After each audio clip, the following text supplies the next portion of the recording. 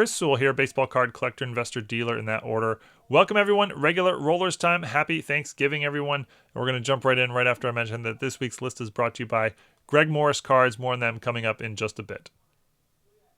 We'll start with one sent in by Grant, who is a regular Rollers regular. He wrote, I went to a small card shop in South Atlanta. I was looking through a case and found this 1992 classic four-sport quad auto. The four players on the card are Phil Nevin, who was the number one overall pick in Major League Baseball. Shaquille O'Neal was the number one overall pick in the NBA. Roman Hamrlik was number one overall pick in the NHL. And Desmond Howard, who was the Heisman Trophy winner. This card features gold autographs of all four prospects, and all the autos are on card. And the card is numbered to 9,500. The seller was asking $70. I was able to get it for $60. It sells around $80 with some raw copies selling online for about $120. So $60 for an on-card Shaq auto from 1992 is a great pickup for me. What is even more impressive is that the Classic was able to get all four of the top prospects to sign on-card autographs. Companies today would just use stickers. This card also makes me wonder what a quad auto of the number one picks of all four sports would be today. Yeah, I love this card. This card is really cool. I've mentioned before, I like quad autos or dual autos where the players are relevant to each other, and being the number one overall picks for the four sports in the same year, that's very cool, even though really out of these only Shaquille O'Neal panned out to be sort of a major star. But your second question is really good too. If this card existed today with the number one overall draft picks in all four sports, yeah, wow, that would be big money.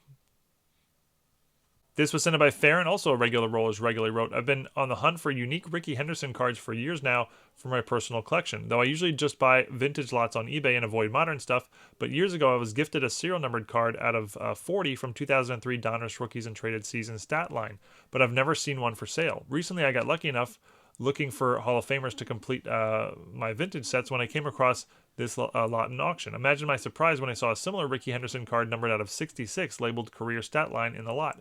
I probably overpaid for the lot, but I'm absolutely bonkers over these card variations and bid a lot higher than the auction went for. They are parallels of the base set, but only the numbered out of 40 and numbered out of 66 variations exist as far as I know for Henderson. I doubt I'll ever find another one, but I am so happy to have these. This was sent in by Eric, who wrote, I grew up in the 80s and early 90s card boom. I always enjoyed sports cards far more than actually watching or playing sports. My brother is 10 years older than I, and he was still a rabid Pittsburgh Steelers fan. I spent lots of time watching the Steelers as a kid, mostly to hang out with my big brother and my Uncle Paul as they placed 25-cent bets with each other on the games. I come from a long line of regular Rollers. I lost interest in cards and sports for the most part in baseball strike of 94. My brother had left home and I got interested in other things teenagers do. Fast forward 10 years, occasionally I would stop in my LCS just to chat with the owner, who was a family friend. I overheard a conversation about a hot shot quarterback for the Steelers that was the hottest thing in Pittsburgh since Terry Bradshaw. That was 2005, and I've been buying football cards ever since. I've been accused of having a man crush on Ben Roethlisberger by more than one significant other in the past 18 years.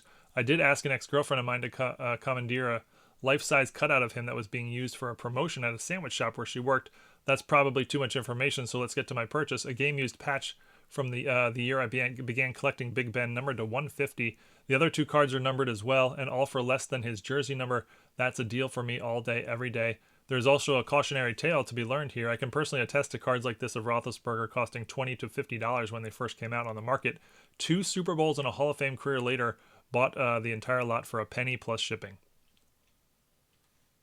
Talked about this Mantle card on the regular Rollers maybe a month ago or so, but have an update here. This was sent in by Brett, who wrote, I purchased the Mantle card in person, and it turned out to be 100% real. I sent it to SGC, and they were refusing to grade it, saying there was evidence of trimming, even though I measured the card before and it seemed good. It was extremely close. If there was any variance, it may have been 1/32 of an inch. Would you happen to know the best grader for vintage cards like this, possibly one that accounts for variances since vintage cards are not always exact? I don't like PSA at all, and SGC won't grade it, so maybe Beckett is worth a shot. And do you have any advice for me and your YouTube viewers on how to spot trimmed cards? So I would say if SGC has said this is trimmed, then it's trimmed. Chances are very strong that any of the other major grading companies would also find the trimming and label it as trimmed. A card like this, a vintage high grade card in this sort of holder, like one of the non-Big Four holders, is almost always going to have something wrong with it. It's either going to be a fake or it's going to be altered or trimmed. That's because the owner at that time probably knew that this company wouldn't catch the alteration or wouldn't realize that it's a fake, whereas they know that if they sent it to one of the real grading companies, they would catch it. So that's almost always the case as to why a card like this would be in this sort of holder to begin with. But Yeah, if SGC says it's trimmed, I would trust them on that. Identifying trimmed cards is really tough. It's not just about measuring. You also have to sort of look to see if there's anything fishy going on with the borders, and you need to go in really, really close to see it. I don't see anything in the picture here, but obviously SGC found something, and again, I would trust them on that. This was sent in by Benjamin, who wrote, I bought this 2006 finest Kevin Durant silver refractor rookie at a 319. It's a CSG 8.5. I just think these Durant finest rookie cards are undervalued and underrated, and at $250, this was a no-brainer. Even the base cards are numbered out of 539, so the print run is fairly low. I plan on cracking it and submitting it to PSA and hoping for a 9. The subgrades are strong, so maybe it's got a chance. It's got a 10, two 9.5s, and an 8. Even if it scores an 8 from PSA, I think I am still in the black. Yeah, I'm not a big fan of cracking and resubmitting just because I haven't had much luck doing it over the years. But in a card like this might be an exception where you have really, really, really strong subgrades for the grade. I mean, yeah, like you've said, you got an 8.5 overall grade, but that includes two 10s and a 10 and two 9.5s. You just have the one sort of weakest link subgrade of an 8 for surface. So yeah, this is a card that could cross over well, potentially. Again, I've not had great luck crossing over, so I wouldn't predict that even, but it certainly could. And best of luck. Hope you do well with it.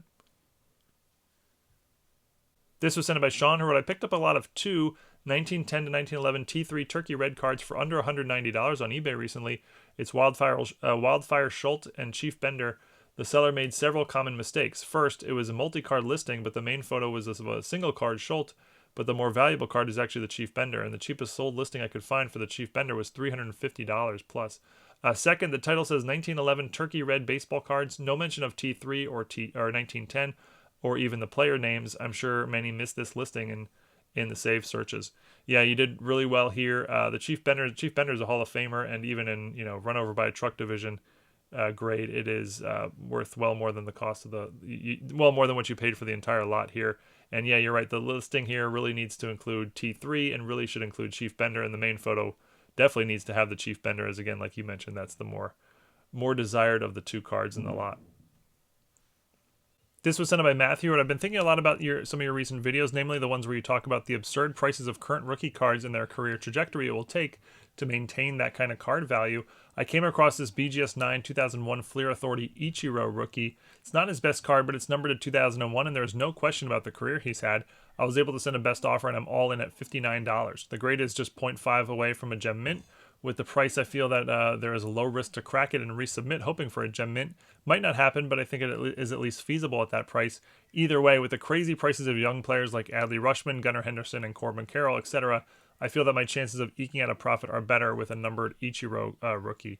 Yeah, I mean, I like your thinking and exactly what you said. I mean, the odds that any of those young players you mentioned, or any young player really, has a career as amazing as Ichiro's is, pretty small. This was sent in by Blake, who wrote, I just purchased on an eBay auction this 1965 Topps Carl Yastrzemski PSA Mint 9 for $917, and I had to get out my change purse for the extra 14 cents. You can see I was the only bidder, and in the last 8 sales of this card in this grade, the card sold between 1,000 and 1,500, and there's even one higher, which I'm considering a bad data point. The card is trending down, but this is a drop of over 12%, which seems excessive. It's also an old grade, but the card looks great. Am I missing something? Is it a good deal, I hope? What do you think?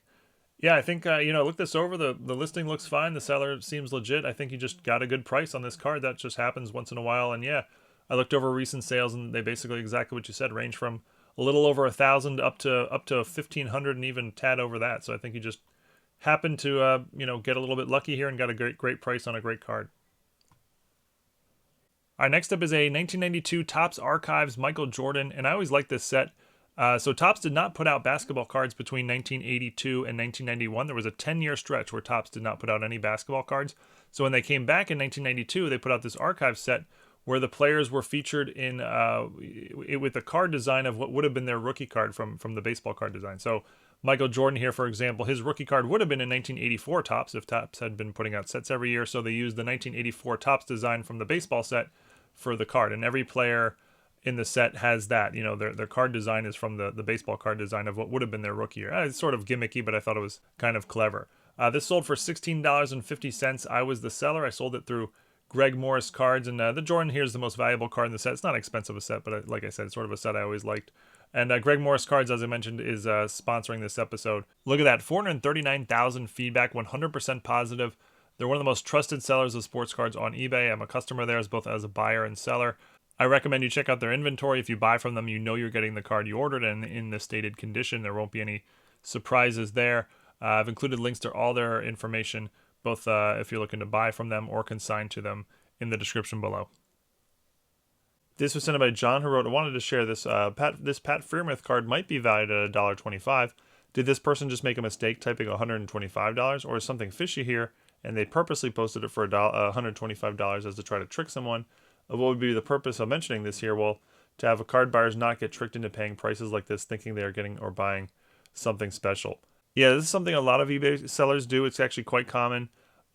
Just price their stuff, wildly high. And I don't mean like 50% or double market value. I'm talking about like crazy high. You're absolutely right. This card is not even a dollar card, and it's priced at over $100 here. And the sellers are just sort of, hoping to get lucky. An uneducated buyer comes along, thinks this is something special, and buys it without doing their homework. And yeah, I mean, I don't really like this personally, but I also don't think you can tell sellers what they can, ask for their cards. That's not something I think is fair. A seller can ask whatever they want. It's their card, and they can set whatever asking price they want. And as long as there's nothing misleading about the title, and I don't see anything misleading in this title or listing, it looks like a very fair title and fair pictures. And if a buyer did come along and buy this, that would be on the buyer. And you're right. Buyers should be aware that this is a tactic, and if you ever see a card, just do your research. This would take 30 seconds to check comp sales and see that this is not worth anywhere near the asking price. This was sent in by Anthony, who wrote, I would consider myself a pretty well-versed card collector, but I had to do a double take on this one. Listing photos are also misleading. Don't think these are legitimate autographs. Yeah, this is just a really silly thing that Topps did. This is just a Topps Now card with a photo of a triple auto Topps Now card. I don't know what they were doing. It's just very confusing, especially for online listings. I mean, if your first glance at this card, you're like, oh, that's a triple auto of Mike Trout, Albert Pujols, and Shohei Ohtani. That's a big money card, but in reality, it's just a photo of an expensive card, and it's not, I don't know what it's worth, but I would guess a couple bucks or something like that. Nothing on the back says anything about autographs. Again, it's not an autograph, and just the photo, just looking at the photo, you might think that it is. Now, the seller's done a couple things that I think are shady. The big one is the third photo they've included in the listing zooms into this part here. It says top certified autograph issue. That's, of course, on the card. That's the photo of the card, not the actual card. And then you can also see the Mike Trout auto. And if you're just sort of glancing through this sort of highlights, hey, this is an official autographed card, even though it's not. So I think this photo is intentionally misleading. That's how I interpret it. They've also included auto in the title of the listing, and it's not an auto. So the word auto should not be there. Everything else about the listing is fine. 2019 Topps Now, Mike Trout, Albert Pujols, Shohei Ohtani. That's accurate. But then the word auto there, no, this card's not an auto. You can see it's at $127 with about a day left at the time that I had recorded this video. So a lot of people are getting confused here and not doing their homework and getting fooled. I think a lot of this is on the seller. Of course, it's also on the buyers as well for, again, not doing their homework. But more so, to me, this one's on the seller for a couple misleading things. And I'll finish on a vintage bargain. This was sent by Sam, who wrote, I recently picked up this great-looking 1964 Topps Tommy John rookie for under $10 all in. I'm not a Tommy John collector, but I think he has a strong chance of making the Hall of Fame. He has the second most wins of any pitcher not in the Hall of Fame with 288. I know his career was built on longevity, but that should count for something. He had more wins after his surgery at age 33 than he did before surgery. He's also a four-time All-Star, 8th all-time in games started, and has a higher WAR than Hall of Famers such as Juan Marichal, Don Drysdale, and Jim Bunning. Not to mention his surgery is now the norm for most pitchers at some point in their career. Whether he makes it or not, this is a great vintage card for my collection. Yeah, I mean, this is when I talk about vintage bargain, this is exactly the kind of card I'm talking about. Tommy John is a very relevant name in baseball history. I agree with you. I think he will eventually make the Hall of Fame. This is his one and only rookie card. And the Tommy John surgery is named after Tommy John. I mean, Tommy John surgery is a surgery many pitchers have today. It saves a lot of careers. He was the first to get it. And this is rookie. Looks to be a pretty sharp card here.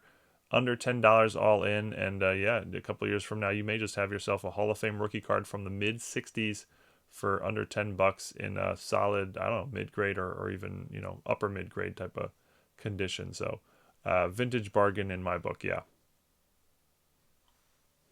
But that's it for this week's regular rollers. Again, happy Thanksgiving, everybody. And whether you're high art, regular, keep on rolling. See you next time. Thanks, everyone.